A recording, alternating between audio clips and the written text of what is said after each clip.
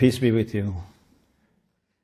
In the name of God, the compassionate, the merciful, I am very grateful to God for being together and for having this session. I thank Professor Benny from Sofia for his presentation and for his unity and for being part of Wings of Unity from the beginning, a very important part of Wings of Unity. So, when we finished round 13, which was about Pact of Love, I suggested to have round 14 on the School of God. And we had some exchange about what does it mean, and then we decided to carry on. Of course, I said at some point to Benny that if, for example, Piero wants to suggest another topic, it's completely okay. So we had on Sunday, 8th of June, the 14th round of Wings of Unity about the School of God. And Piero had a very good presentation. I hope you can find at least the file. He gave it in English. Maybe, Carlo, can you get it from Benny and share? It was a very good speech by Piero Coda about the School of God. And then I had, Sister Esra had her presentation, which was very good. And then I had my presentation. Normally what I do is I try to be the last one to listen to Piero and others, and then I speak. And many times I never can anticipate, even a day before, how things, going to evolve and what's going to happen and what I'm going to... I know some points, I have some ingredients, but some extra ingredients come, and then the recipe also changes. So, what I am going to share with you is not exactly what I said in Sofia. So there are some points there, some points I don't mention, because some points were very important to hear Piero first. For example, when Piero emphasized on wisdom in the School of God, and Sofia, so, or that the fact that the School of God is situated in the, you can say, womb, or in the, in the father, or like a womb, or in father bosom. So, I said something from Islamic perspective relating to that, but I now try to say it in the way that suits our week of unity here, but the core message, especially the final part, is the same. But I pray to God to help me to deliver it and guide me further. And I especially requested to have this session, and I asked Amata if there can be a moment that our Focolare brothers and sisters who are here, maybe some of them don't take part in all the sessions, but if they can be present for this session, because this is very much related to what Mariapolis Piero is about, or, all other Mariapolis, to be a school of God. So, hopefully together we can better understand the plan of God. So, from Quranic perspective, God is not just the creator. God is also the first teacher. And in chapter Ar-Rahman, that maybe we can have on the screen, we see that God, first of all, is referred to as Ar-Rahman, because there are two ways to refer to God in the Quranic, understanding as a proper noun. One is to say Allah, one is to say Ar-Rahman. Ar-Rahman is used sometimes as a proper noun, sometimes as an adjective, as an attribute. When we say Ar-Rahim, when we say Al-Alim, Al-Qadir, we refer to God's knowledge, power, etc. These are attributes of God. But as a proper noun, like what you put in your birth certificate or ID, okay? In your ID, you don't put your attributes, you put your proper noun. We have two for God. One is Allah, one is Ar-Rahman. And Ar-Rahman comes from the root mercy, Rahmah. And it's very interesting that among all different qualities of God, His proper noun is taken from the root of mercy. And Rahim, which is the womb of the mother or ladies, comes from the same root. Rahim. And for the kinship, in Arabic we say Zabel Arham, people who come from the same womb. So womb is very sacred because it's where you are receiving life, love, everything. So in a sense, we are all in the womb of God, in the mercy of God. So in this chapter, which is called Ar-Rahman, God says, Ar-Rahman allama al-Quran. Is it on the screen? خلق الإنسان علمه البيان. God, who is introduced as Ar-Rahman, has done several things. Of course, He has done many things, but several are mentioned here. The first is taught the scripture. The second is created mankind. And the third is taught how to communicate. If you want to go by chronological order, maybe you should first say God created mankind and then taught the scripture and communication. Or even communication can come before teaching the scripture. But this is not by chronological order, this is by significance.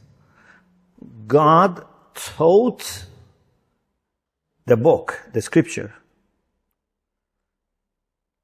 Had it not been that God had the plan of teaching us and guiding us through His words, maybe He would not have created us. Because God does not have any creature unless He has a plan for its guidance. Moses was asked by Pharaoh, when he went with Aaron to Pharaoh, who is your Lord? Man rabbukuma ya Musa. Oh Moses, who is your Lord? Because Pharaoh was claiming to be the Lord. Moses said, Rabbuna alladhi a'ta kulla shay'an khalqahu thumma hada. Our Lord is the one that gave everything its due creation and then guided it. So God would not create anything unless He has a plan in place for guidance. Even insects, even birds, they'll all have their guidance in different ways. But the most comprehensive guidance is for human beings. Through instinct, through intellect, and through a scripture, through words of God, revelation. So, God taught the scripture, created human beings, and taught them how to communicate. Human life without ability to communicate cannot continue. And even if it continues, it will be very, very low quality. all our sciences, technology, culture, arts, all are because of being able to communicate. Actually, these are expressions of us saying something. Sometimes we communicate through words, sometimes through art, sometimes in writing, sometimes in gesture. But if we were not able to communicate, we could not, live together in societies. So, there is great emphasis on teaching. Teaching, creating, teaching. So, God being a teacher is not less important than God being creator.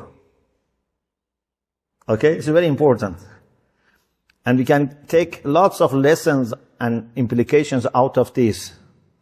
For example, how as parents, how as community, we should have great emphasis on education. And this education, of course, is holistic. Also, among the very first verses which were revealed to the Prophet in Surah Al-Alaq, we find emphasis on teaching. Sheikh Wadami explained the day before yesterday that in Mecca and also the whole region in Arab Peninsula, literacy was not very common. The number of people who were able to read and write were not many. But the very first passage which was revealed to the Prophet starts with read. Iqra. Read in the name of your Lord. Iqra bismi rabbika alladhi khalaq. خلق الإنسان من علق, created the man from something very simple, from, kind of clot of blood. And then, اقرأ وربك الأكرم. Please, listen very carefully. When God says, read in the name of your Lord who created mankind, he doesn't use Al-Akram. Al-Akram means the most honorable, the most generous. Okay? So, for creation, he doesn't say this. But when it comes to teaching, he says, اقرأ وربك الأكرم الذي علم بالقلم. Your Lord who taught how to use pen, or taught with pen. So Muslim scholars, exegetes say, this shows that to be a teacher is so important that when God refers to himself as a creator, doesn't say he is Akram. But when he talks about teaching, he says he's Akram. Means the generosity of God is more received in his teaching than his creation. From this you can imply that our spiritual fathers, our teachers who teach us how to be a better person, to be a better servant of God, have greater rights upon us than our biological fathers. Yeah, who important is a biological father only or a spiritual father? A spiritual father is more important. Sometimes, of course, our biological fathers are our first spiritual teachers as well. But imagine if someone gives you, birth, father, mother gave you birth, and they disappear. And there is someone who is teaching you, guiding you, upbringing you. Which one is more important? Certainly the second is more important. So, God is introduced in the Quran in a very clear, strong way as a teacher. And his teaching includes how to write, how to communicate, how to understand everything that we need for our salvation, for our happiness in this world and the hereafter. But what is amazing is that when we go further in Islamic theology, we realize that actually creation and teaching are not separable from each other. Those who are not very well trained theologically, they think God created us, and then creation finishes, and then he guides us, or he maintains us, he gives us sustenance, material sustenance, spiritual sustenance, etc. So they think creation finishes by birth or by ensoulment of embryo. But the reality is that creation is another side of the same coin. God's sustenance and guidance are also through creation, because God is creating us in an ongoing process. Still we are being created by God.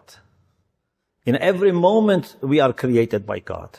God does not create us and throw us in this world and then says, okay, now I just send you food, or I send you, teaching.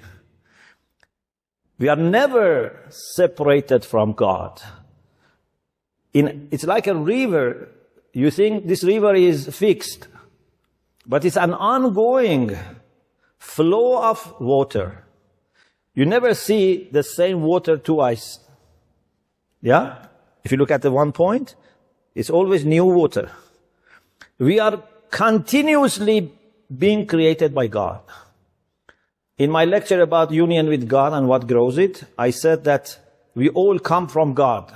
All human beings come from God. We have perfect origin. But when we say we come from God, it doesn't mean at the time of birth or few months before when my soul was created. We all come from God in every moment. So, creation and teaching are two sides of the same coin, and they go hand in hand. Therefore, this world, this universe, not only is where God shows his creativity to us, but is also the school of God.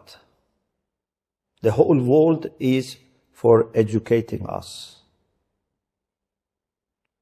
Everything in this world is giving you lessons from God if you are able to tune into this curriculum.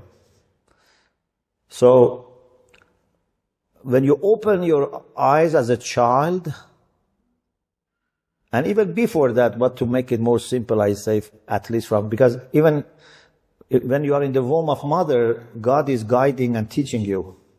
There are many things that an embryo understands. But more obviously, when we are born and we look around, we start learning. God is teaching us. Till we die, God is always teaching us. We may think a religious school is where you register and there are staffs and teachers and curriculum, classrooms, books, etc. Yes, that is a formal school.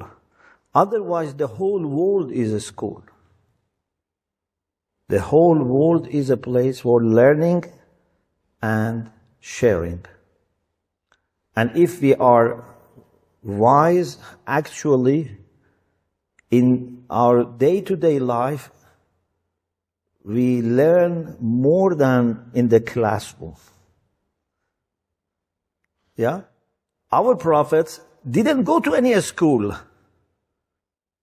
He didn't have any formal education for a purpose that God had, to stop people later saying that he has received his information from teachers, human teachers.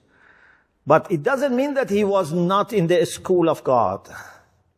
He was 40 years in the school of God. He was reflecting, meditating in Mecca or going to the cave during the trips.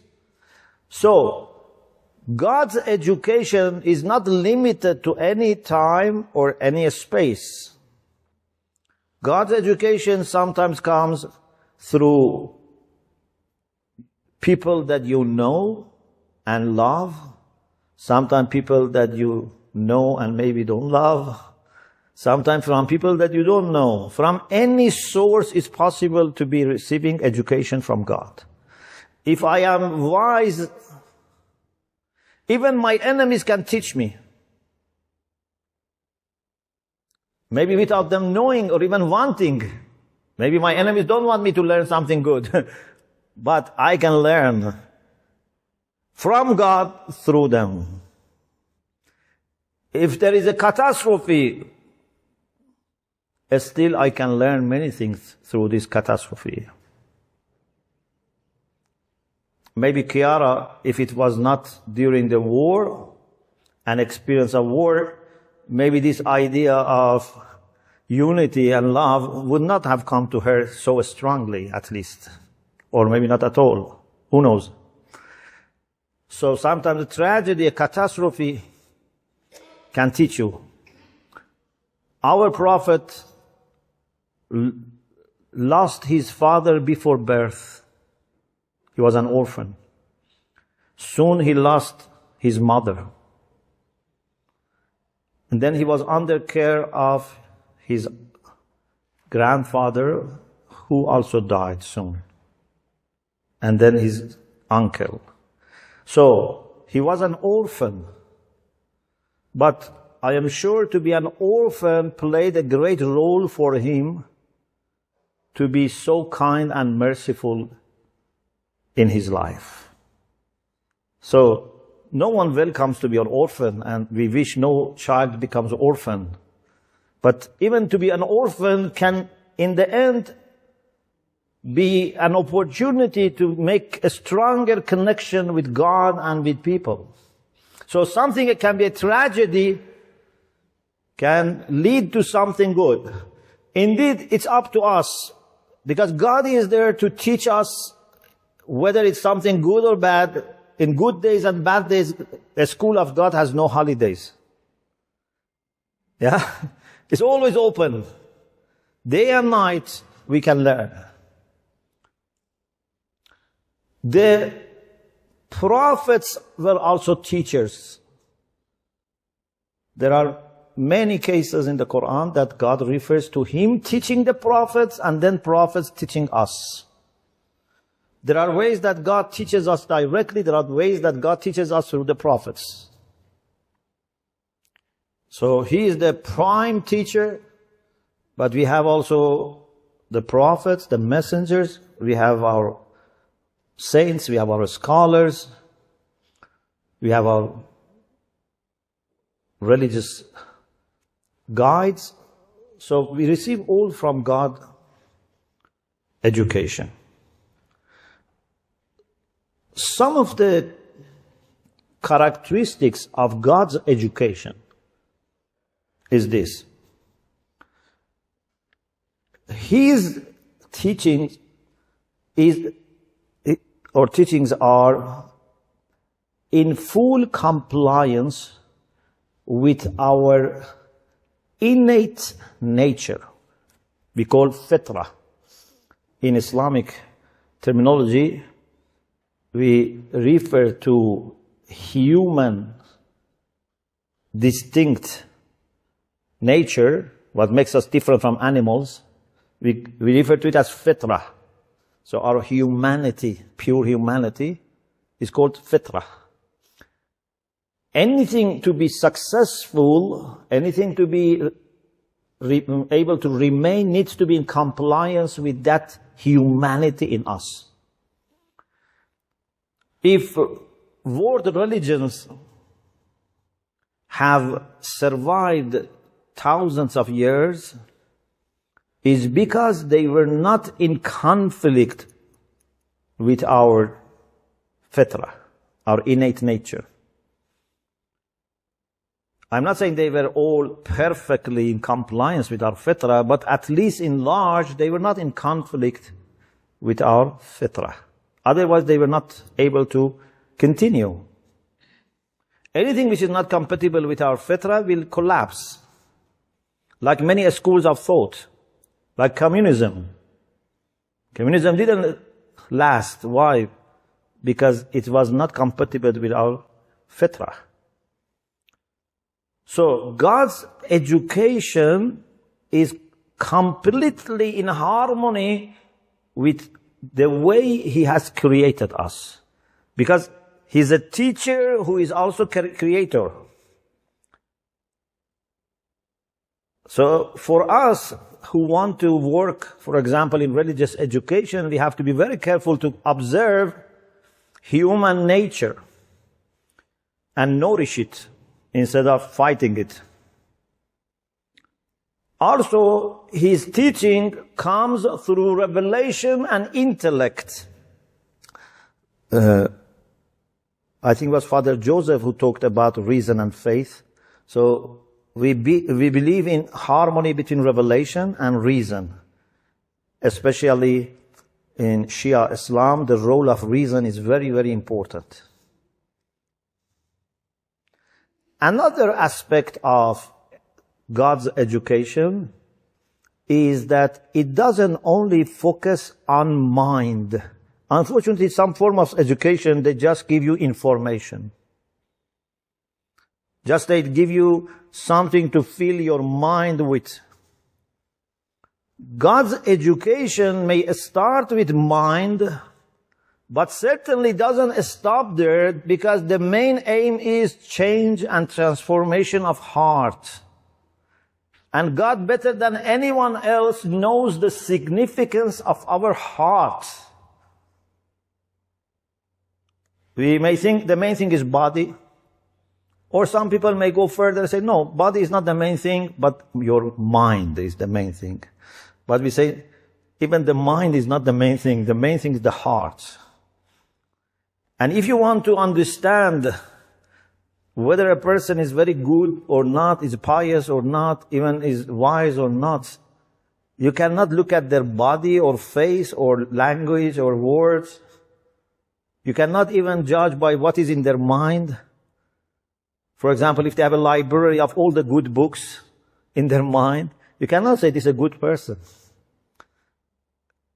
The only way you can understand whether a person is really good or not is if you have access to their heart. Therefore, we think it's up to God to judge, because I don't have access to the heart of people. Sometimes I think someone is bad because I see bad words, rude words, I don't know, bad actions. But maybe in the heart, this person is very clean. Doesn't have, just proper ways of, behavior. And sometimes someone speaks perfectly. Looks very nice. But who knows, maybe in the heart is very impure. So, when we treat people, we give them credit of doubt. We should assume everyone is good unless proved otherwise. But we are not really sure. God knows. Even at the same time that we can look into our heart and find out our problems, but this is not easy, even for yourself. Because human heart has many different layers. And sometimes it takes you years to know what is hidden in an underlying layers of heart. For example, maybe I think I am a nice person because I am kind, I am caring, I am following the rules, laws, etc. But if a war happens, if there is shortage of food, maybe now I act differently. Now I become selfish. I want to have lots of food in my home. When there was no war, I was generous. But now I'm selfish. So it doesn't mean that all of a sudden I became selfish. It means that selfishness was there in a deeper layer of the heart, but there was no way to emerge. When I am troubled, it triggers that and it comes out. You see, many times, for example, people drive very nicely. But if there is no electricity, for example, no power, there is no, light on the crossroad, and it's very hot, they have no AC, then how do they drive? The same people that used to drive very nicely, now you see they, drive very differently. Not everyone, but many people. So sometimes I use this example, our heart is like a pond, a pool, okay? When it's left for many days, all the dirt go down. And you see clean water. But if someone steers from the bottom this pond, you see it becomes muddy.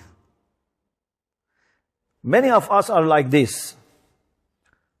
When there is crisis, you can see the true face of people. So, in God's education, heart is the center of attention.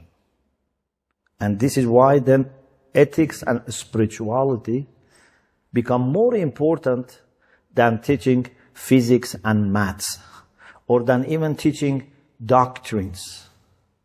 Teaching doctrines is a way to purify your heart, but if you stop at learning the doctrines and reviewing and memorizing and even repeating 100 times, but not letting it change your heart, so it's not making you a better person. Sometimes actually knowing more without acting makes you worse. We believe knowledge is the greatest veil between us and God. Knowledge which can take us towards God has the potential of distracting us from God more than anything else. So I can be even teaching spirituality and mysticism. I can write books on spirituality and mysticism, but it doesn't mean that I'm a spiritual person. Sometimes I'm just, enjoying talking about this, teaching this, but I'm not working on my own heart.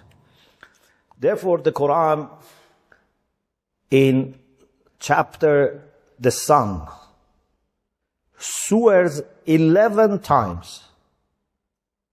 11 times God swears. And then he says, قَدْ أَفْلَحَ مَنْ زَكَّاهَا وَقَدْ خَابَ مَنْ دَسَّاهَا. The one who has purified the soul is successful. The one who has not taken care of his or her soul is going to be disappointed. So, the focus of education must be on change of the heart, on becoming a better person, not someone with more information. Therefore, formation is more important than giving information. One of the things that I admire about focolare spirituality, and I said to our Shia brothers and sisters, is their formation. If you had first-class universities in the world, that tens of or hundreds of thousands of people go and get different certificates, it was not that important for me.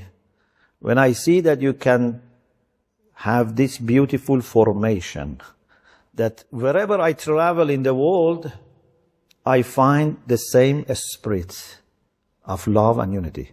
So formation of the movement, I think, is very, very important part of the movement. And if this formation was not there, there was no consistency.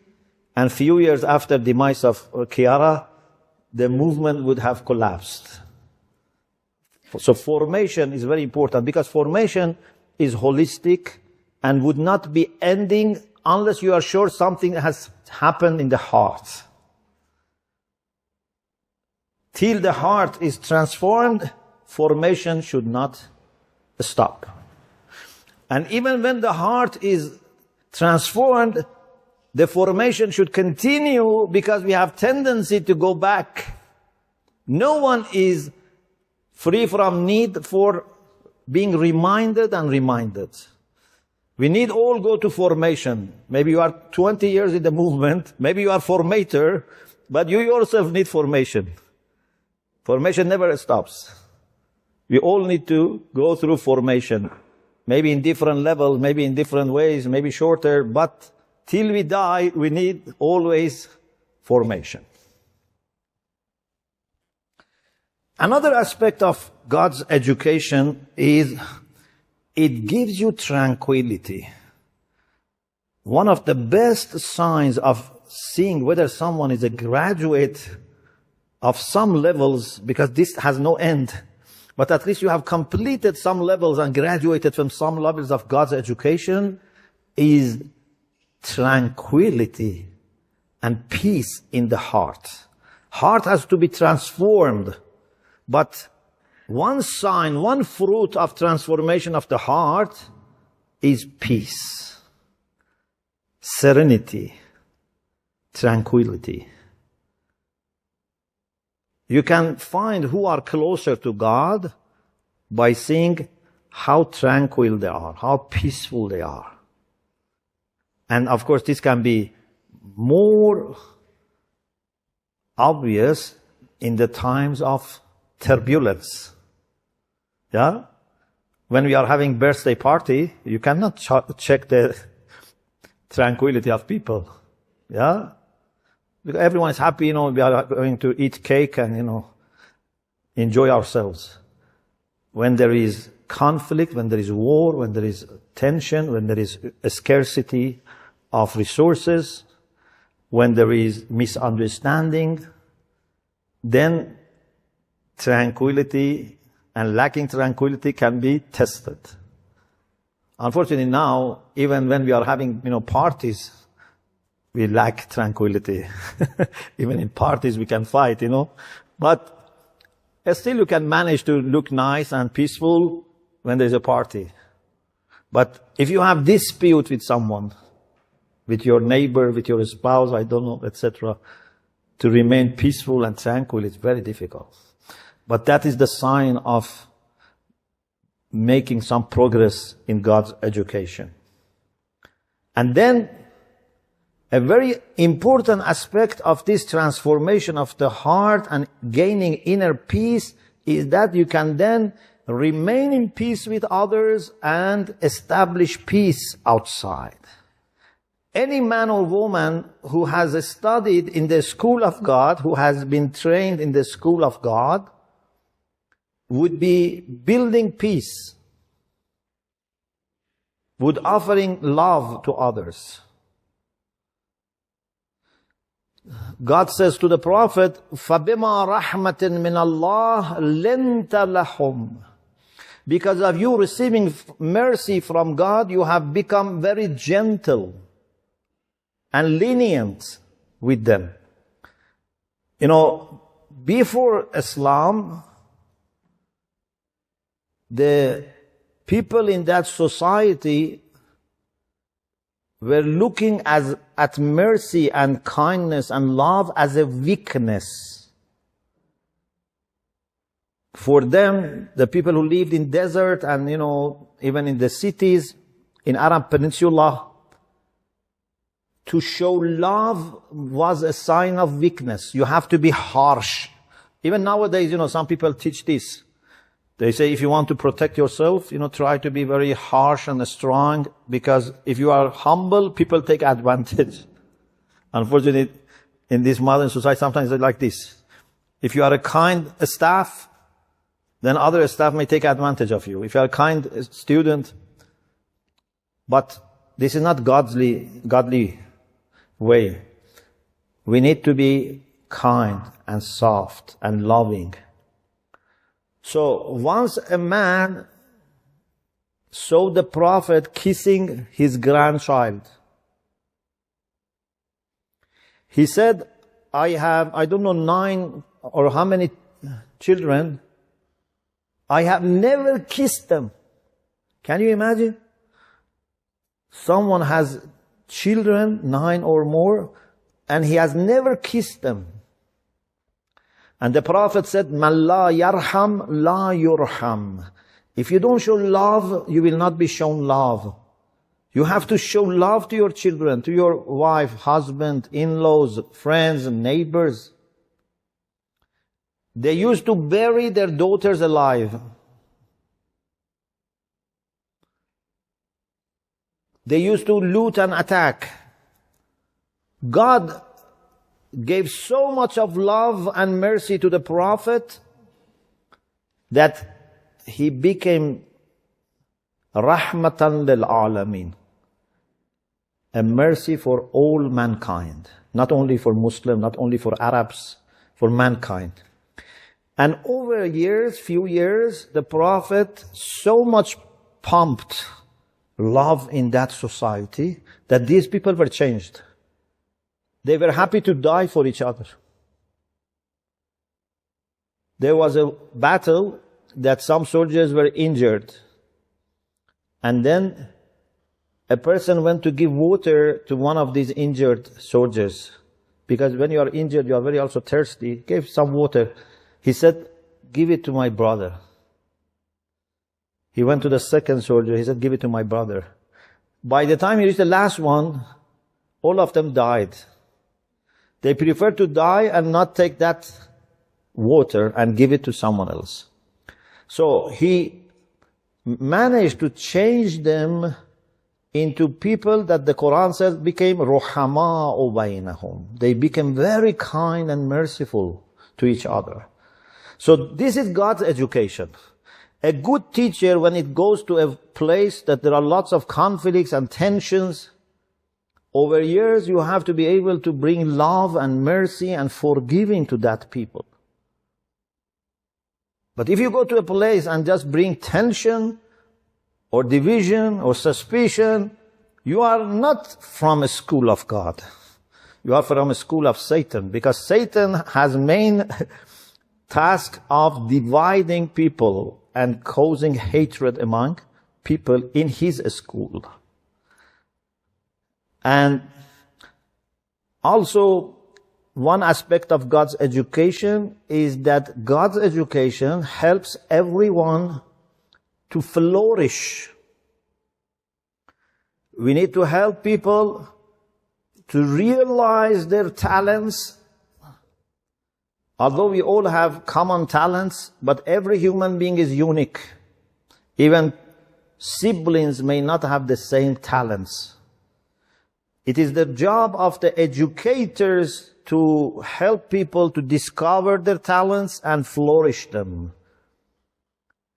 God has complete plan in his education, in his system, in his school, for every person to become the best version of himself or herself. His plan for every person is unique. Although there are common elements, God's plan for you and God's plan for me can have lots of common elements, but they are not the same. Every person has a unique, comprehensive plan, and if we listen to God, then God will take us to the best potentials that we have. So, these are some aspects and characteristics of God's education. Now, I want to move to the second part of my talk, when now it's about Muslim and Christianity.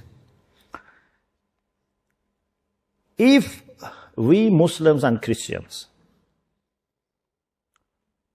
follow God in his way of educating us, by appreciating our common humanity, our fitrah, number one. Do we have common humanity or not?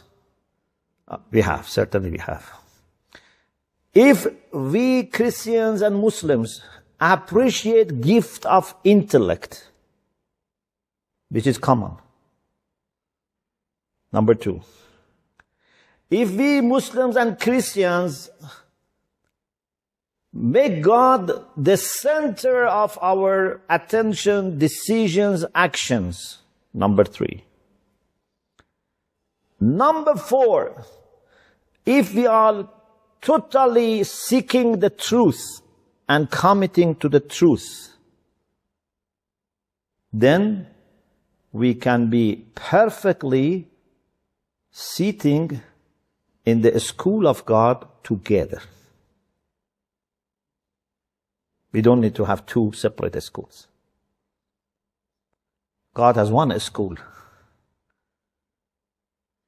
This school may have different departments, different classrooms, but it's one school. God doesn't have 2 schools. This is our mistake, that we think every religion is a separate school of God. God has only one school. But now, within the school of God, unfortunately, people claim independence. Some Muslims think they are independent. Some Christians think they are independent. Jews think they are independent. They say, we are a school of God. Like, for example, maybe a grandfather established a heritage, a legacy. Now his children claim that we are the sole representative of grandfather. The first son, the second son, the daughter, the second daughter, they all say, we are the sole representative of father. Yes, it is true that they are our brothers and sisters, but the legacy has come to us and remained with us. This is, unfortunately, the way most of us act. We think we have inherited the legacy of God, and we are now in charge of the school of God. Others are our brothers and sisters, but they don't have the legacy. They don't have the endorsement of God. But the reality is, the people who humbly say, the legacy of God is with all of us, and none of us perfectly alone represent Him, they are closer to God. So, if there are Muslims and Christians who work for unity, and they say we don't have the perfect legacy alone, they are closer to God than Muslims and Christians who don't have unity, and they say we solely represent God. We respect others, but they are not, from God's school. So, if we have humanity and intellect and God and truth at the center of our system, our school, then we can have all fellowship in the school of God. Now, coming to our experience of Wings of Unity. So, I think we were all somehow in the school of God. Focolare, they did their best to listen to God. I'm not saying perfectly they were successful. I don't want to flatter you, but I think to a great extent you were successful. No human being is ever perfectly successful, and we should never, be pleased and satisfied with what we have made. But I as a Muslim see that you have been very much formed by God, because the signs that I mentioned, I saw in you. And we also have tried, maybe we were not very successful, we have tried also to act according to the will of God. We try to be rational, we try to be truthful, we try to see good things in others, we try to appreciate our common humanity, we try to be really God-centered, we tried. So, we were trained in the school of God, which is all over the world, in our own traditions, without knowing each other. But we were all in the school of God, because no one has this understanding of unity and love and mercy unless is trained in the school of God. So by looking at people, I can understand where they were educated. Okay? So, we were all in the school of God, maybe different levels. Maybe I was in the primary school, maybe you were in high school, or someone was in university. I'm not saying, I am very advanced. But I think I was in the school of God. You were in the school of God. Then we found each other. And we recognized, without even maybe being able to understand things clearly, and without being able to certainly articulate it, but we realized that there are lots of similarities. There is resonance. One of the turning points was, as I told you before, in February 2015, I told you, we had to stay extra days in Lopiano. And, because my wife's passport was stolen, everything. And those extra days that we didn't want became very beautiful and very helpful in understanding my relation with Focolare and our role in the plan of God.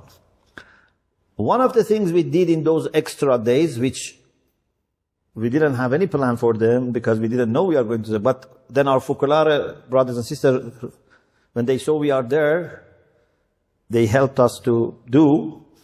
We visited the house of the priests. Is it Vinmir? Vinyamir in Chisa. So, my wife and I and Paul, we visited, and then when we were going out, one of the priests offered drink. And I said, I shouldn't say no to myself. I said, I welcomed. So we thought just it is going to be a cup of tea, for example, or coffee. But it turned out to be very beautiful conversation. That up to today, I am benefiting from that conversation, which maybe, last half an hour, 1 hour, was very beautiful. And this idea of the school of God came to my mind in that meeting.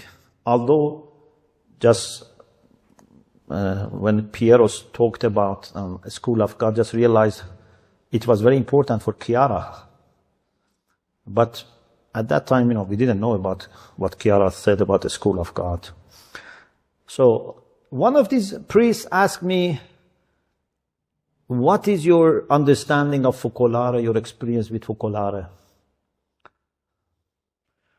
And then when I tried to explain to him my experience with Focolare, there are some historical facts which, of course, are very clear. When I met first, second, etc. But when I tried to talk about the significance of my relation with Focolare and my understanding of Focolare, I myself understood better. It's amazing that, when you want to explain something with, honesty from your heart, that God gifts you not only the people who listen, but also yourself with better understanding. This is why maybe one of the reasons that in Shia seminaries, our learning and teaching are together. So from the first year I had entered Qom, I started also teaching. So now I have been in seminary for decades, but I have been teaching for decades. Because you learn something and then you teach to someone who is lower. It's very interesting. So anyway, when I was explaining to them, I myself became more aware. I told them, for me, Focolare are, I make it very short, I don't want to talk about this too much, but basically I said, I see in Focolare a consistent spirituality. I see as if they are one body. The Focolare are like one body. And this is what, in our traditions, it says this is what believers should be. Believers should be like one body. When one part of body has fever, the whole body supports it. When there is pain, it's for all body. When You cannot sleep. The whole body is not. So I felt there is such unity among focolare that they are like one body. There is circulation of blood in the body. Every part of body, if produces something, puts in the blood, the rest of the body takes. If they need something, they take it from the blood. So there is sharing, there is circulation of ideas. And I have noticed and observed in focolare how they share in, monthly meetings, word of life experience, in, every year responsibles going to Rome, spending time with Chiara for 3-4 weeks, lots of exchange of money. So I said this is like one body. And also among the characteristics of helpers of Imam Mahdi in the end of time, we find that they are as if brought up by the same father and mother. And I said, I have seen this. They can be Italian, they can be Korean, they can be British, they can be German, African, but they are like brothers and sisters from the same father and mother. They imagine if a couple adopt 3 children from very young age. If you adopt a child from India, a child from Africa, a child from US. But from early age you foster them and school them everything, then they look different, but their spirit, their behavior shows down from the same family. So, I said, I have seen these things in focolare. Plus, I know that in the end of time, God has a plan for unity. I said, God has sent different prophets and messengers to different parts of the world. God has sent Moses, Abraham, Noah, Jesus, Prophet Muhammad, and many prophets, 124,000 prophets to different parts of the world. In different times, they spoke different languages maybe. They addressed common issues and uncommon issues. We have thought later that each of them was independent from the rest, or at least from those who come later. We thought there's a school for Jesus, a school for Moses, a school for Prophet Muhammad. But in the end of time, we will have only one school, and that is the school of God. And all these great leaders, these great prophets, examples, all will be in harmony with each other, teaching us together. In the end of time, a Muslim or Christian or Jew would have no list of hesitation to benefit from these figures. Because it's a school of God, and God has had different teachers. So, from that point, I realized that focolare must have a role, without them maybe knowing, in plan of God to reach that school of God. Therefore, when few months later, there was Mariapolis of UK and Ireland together in University of Hope. This is 2000, I think, 15, 16, there was Mariapolis. I was invited to talk. And thanks to God, recently we found miraculously the audio. John Green he said, I was outside as volunteer. When you were talking, I came in and sat and recorded the audio. We had put camera, but it didn't work. So now we realized that he made the transcript, and New City in UK published it recently. So in that talk, for the first time, I said at the end, I as a Shia cleric think that this spirituality of focolare is for all human beings. So it took me about 18 years to be confident in saying this. I was never suspicious. I was always friend, good opinion. but I was not ready to declare this. This was a risk-taking. Yeah, but I think when you are confident, you should take the risk. If you have enough evidence, you must take risk. If you don't want to take risk, you will never progress. You will remain stuck. And sometimes even you lose what you have, because there are some decisions that if you take, you can continue, otherwise you will collapse. I took that decision, and from that point, I did my best for unity.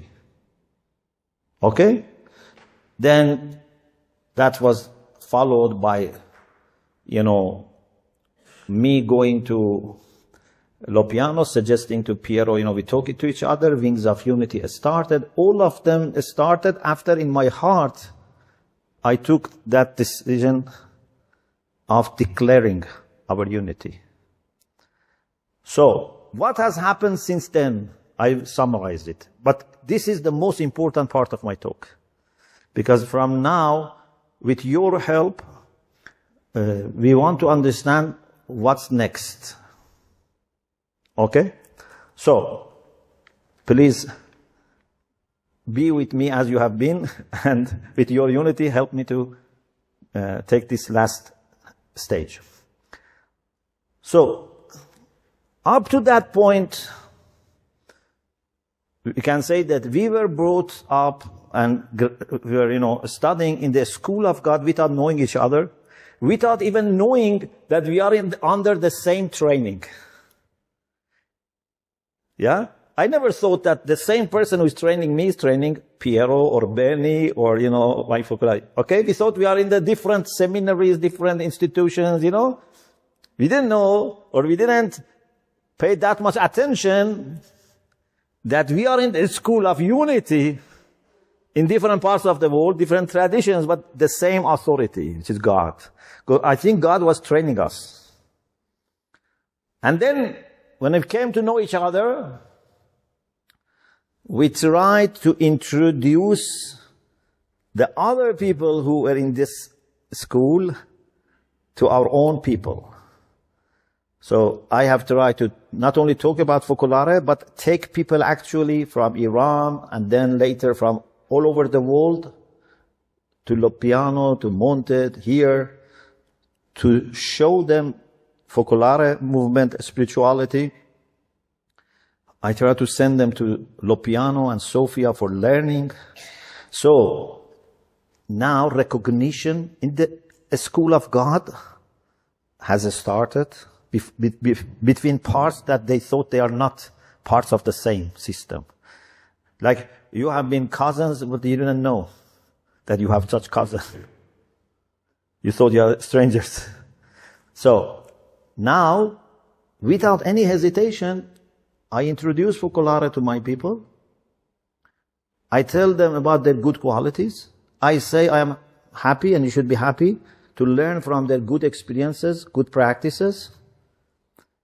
And then, we made this point that any person who is studying with me, who is either studying in person with me or in our online program, Kauthar Learning Circle, which is an online program for the Shia community in the English-speaking part of the world, from US and Canada mostly, but also other parts. Everyone who is studying in Com or other places, online, in person, should be introduced to this movement. He made this decision. And to Christianity, because this movement is coming from Christianity. So, from March 2017, if I want to be more precise, because later maybe these things will be recorded, first was February 2016, when for the first time I accepted to teach my community interfaith dialogue. Up to that time, many times people asked me, you are so much involved, teach us about this. I was refusing. In February 2017, I accepted to offer a 2-day workshop in Birmingham on interfaith dialogue. Isra was also there. My wife was also. And in that workshop, which was for 2 days, one of the things I did, I asked Focolare to come and have a presentation of Focolare, and I said I am introducing some of my best people to each other. I am introducing my Shia brothers and sisters to my Focolare brothers and sisters, and you should keep in touch. Since then, we have very good relation between Shia in Birmingham and Focolare. And then in March, we had the first trip to Switzerland.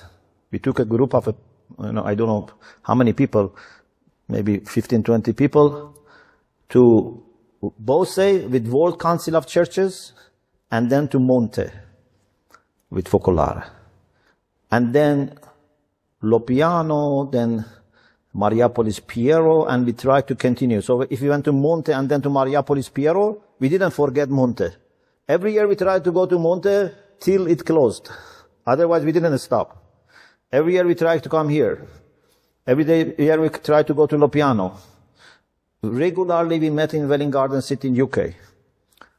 Then we went to Latin America. We went to Mariapolis Geneta, to Mariapolis Leo.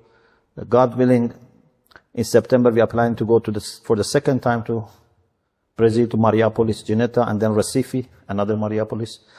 So what has happened is that now it has become part of the formation for every person who studies with me to be introduced to this unity, not only in classroom.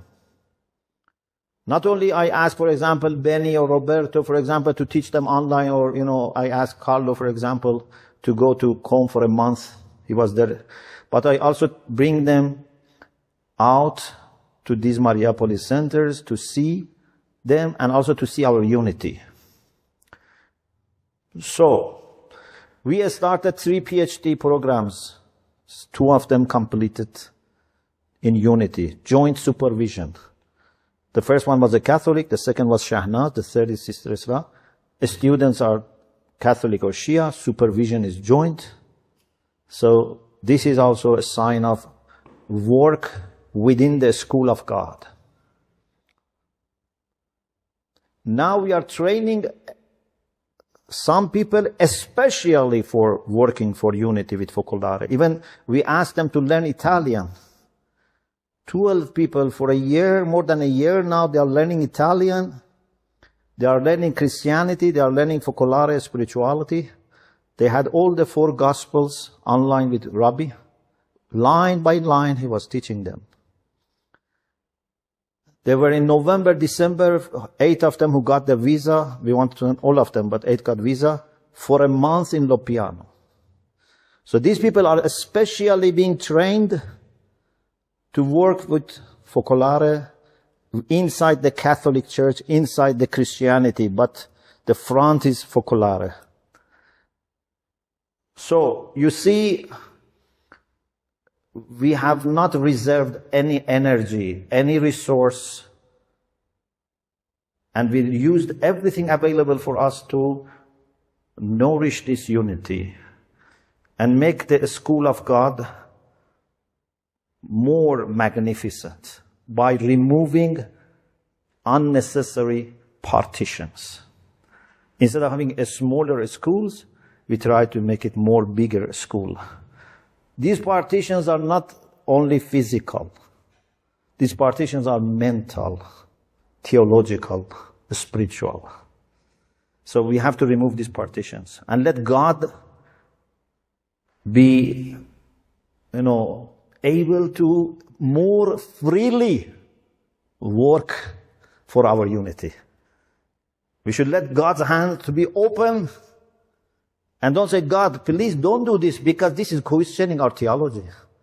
For centuries, we thought this way. You are, challenging our theology. No, let God be free in educating us for His plan for universal fraternity.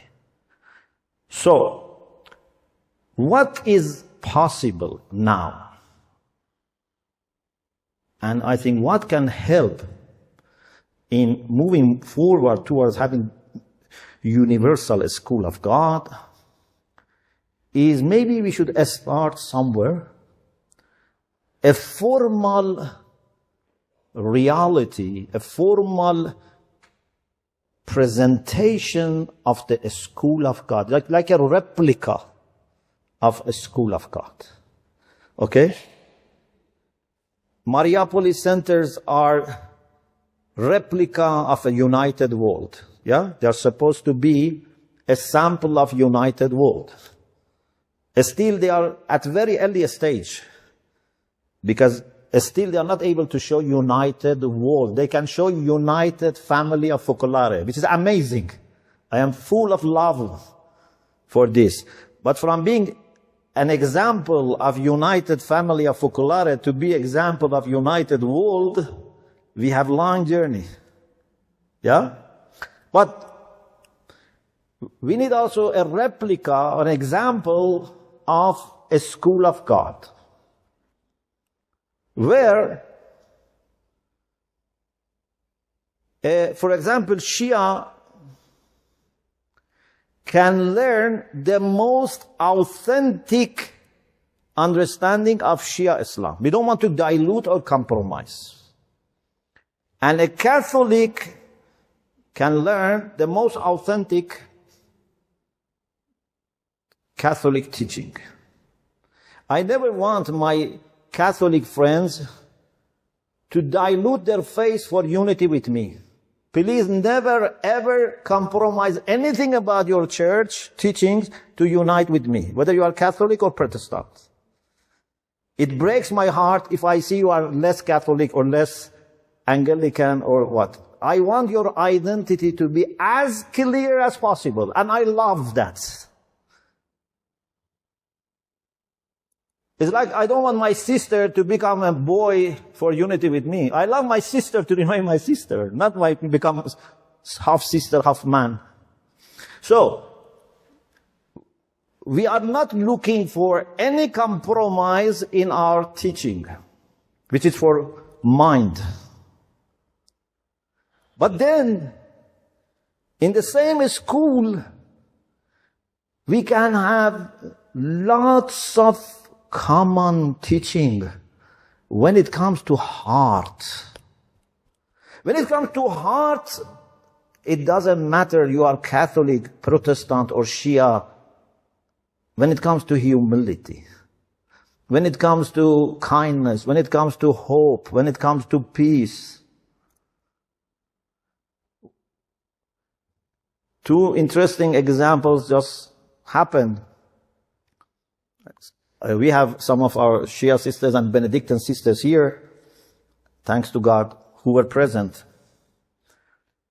I talked about hope in Subiaco.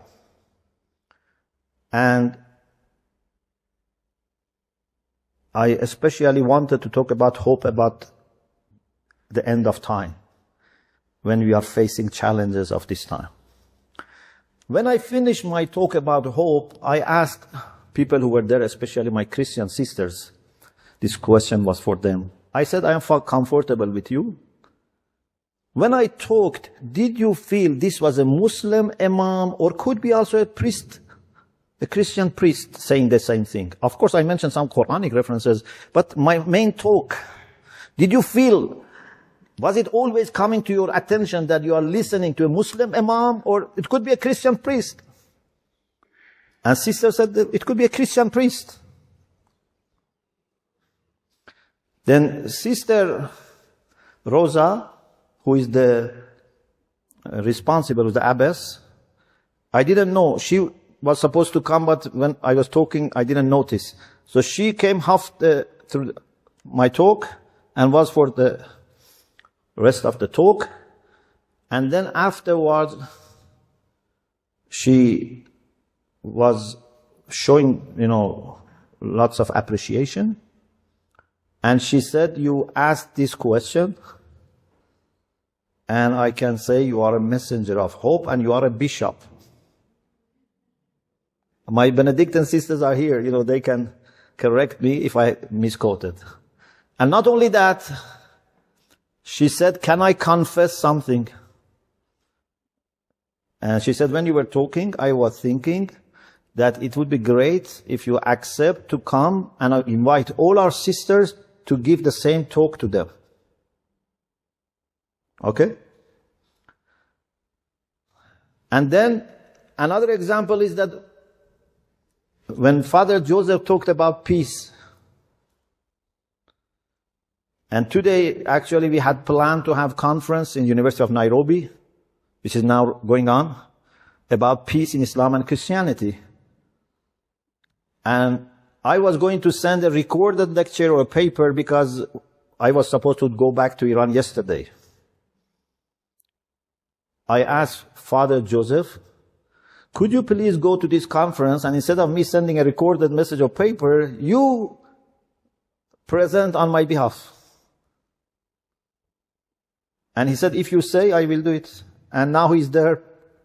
So, what is this? These are examples from God that a Muslim can talk about hope for both Muslims and Christians. A Christian can talk about peace for both Muslims and Christians.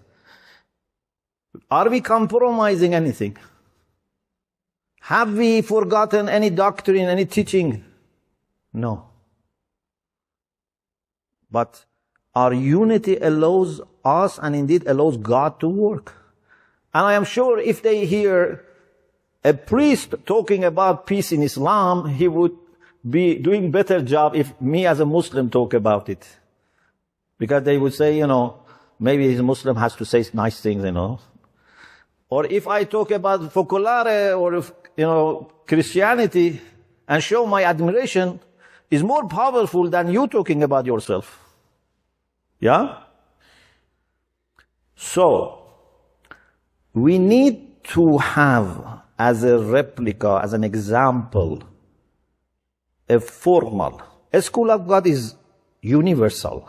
But we need to have a sample of a school, an educational school, where we have Muslim students, Christian students, each take their distinctive classes and teachings, but when it comes to a spirituality, to unity, to be a better person, when it comes to virtues, they can be benefiting from joint teaching, from the best resources available, best teachings of the saints of both traditions.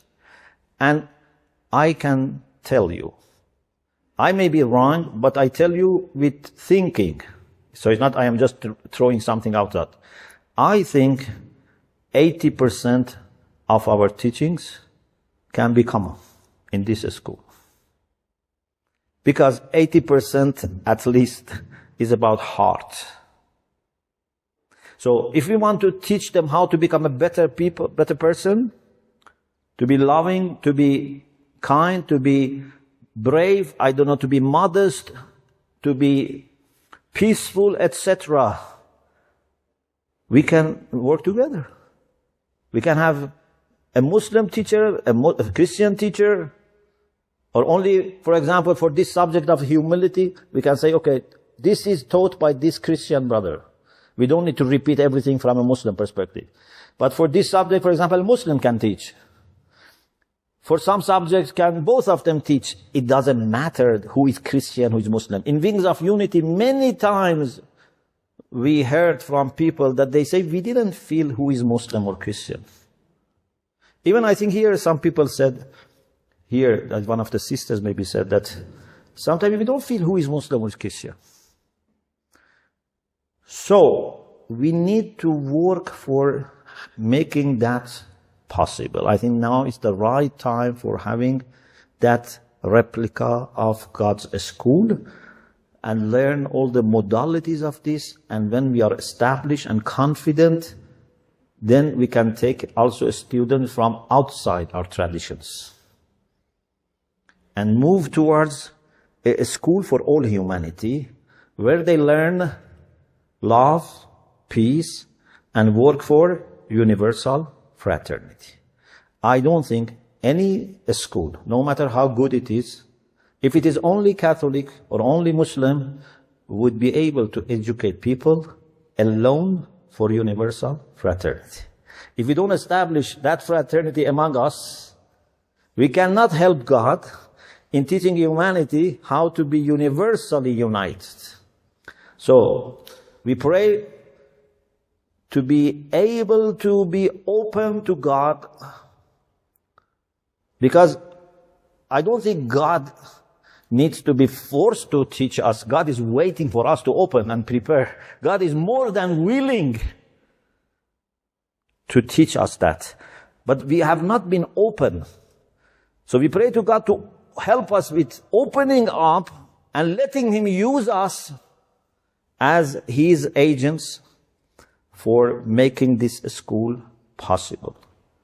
And I would also humbly request you to share your thoughts, your ideas, and whatever you think we can do together so that we can make this happen. It would not be for any person or any tradition. It would be only for God, and then for all. Thank you very much. Yeah, thank you.